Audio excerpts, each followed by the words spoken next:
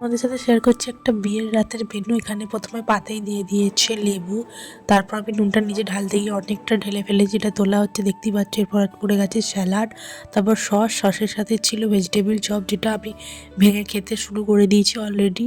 খেতে খুবই ভালো ছিল। আর আজকে ছিল হচ্ছে বাসন্তী পোলাও, পাতে বাসন্তী পোলাও পড়ে গেছে, তার সাথে ছিল চিকেন কষা এবং সাদা ভাতও ছিল, ডাল ছিল, যেটা আমি নিয়ে নিই। একবারে চলে গেছি পোস্ততে।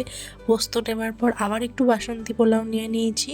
বাসন্তী পোলাওয়ের সাথে আবার খেয়ে নিলাম হচ্ছে মাটন কষা, অনেকগুলো পিস লাল লাল ঝোল ঝোল মাটনের একদম কষা কষা, আর অনেকগুলো পিস নিয়ে নিয়েছি দেখতেই পাচ্ছ। সবগুলো দিয়ে একদম চেটে বুটে জমিয়ে বাসন্তী পোলাও দিয়ে মেখে খেলাম। তারপরে পড়ে গেছে ফ্রুট চাটনি, যেটা আমার খেতে অতুলনীয় লাগে। এরপর পড়ে গেছে পাঁপড়। পাঁপড় দিয়ে চাটনি খেতে কার ভালো লাগে প্লিজ কমেন্ট করে জানিও।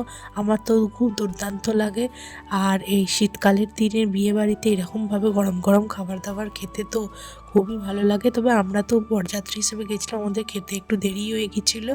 তারপরে মিষ্টির মধ্যে এই সন্দেশটা এতটা সফট ছিল, ভাঙছি যখন দেখেই বুঝতে পারছো।